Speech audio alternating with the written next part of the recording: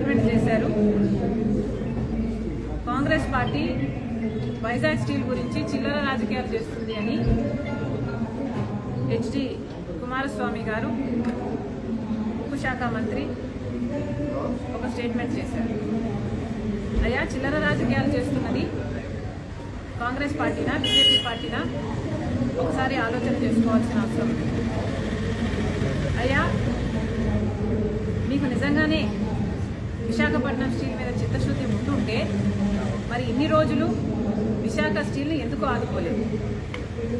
Visakha steel నాశనం అయిపోతుంటే గత 10 సంవత్సరాలుగా ఒక్క రోజైనా దాని దిక్కు చూశారా? చిల్లిగవ సాయం అయినా చేశారా? కనీసం చిటికిన వేలైనా మీరు లేపి దాన్ని ఆదుకునే ప్రయత్నం మీరు చేశారా?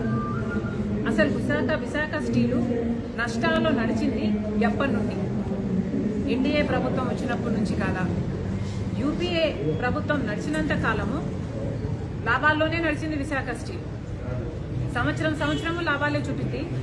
ఆఖరికి యూపీఏ 2014 వరకు కూడా విశాఖ స్టీల్ లాభాలు 12,000 కోట్లు అయితే తీరా ఎన్డీఏ ప్రభుత్వం వచ్చినాక దాన్ని అన్ని విధాలుగా దాని చేతులు కాళ్ళు నరికే ప్రయత్నం చేస్తే ఈరోజు 23,000 కోట్లు నష్టాలలో ఉంది విశాఖ స్టీల్.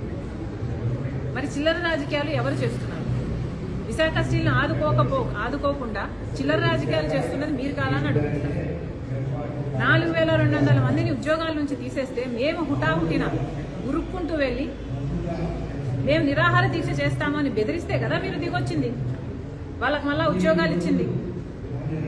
మరి చిల్లర రాజకీయాలు మేము చేస్తున్నామా లేకపోతే మీరు చేస్తున్నారు? మీరు నిజంగానే విశాఖ స్టీల్ని కాపాడే వాళ్ళైతే 4,200 మందిని ఎందుకు తొలగించారు?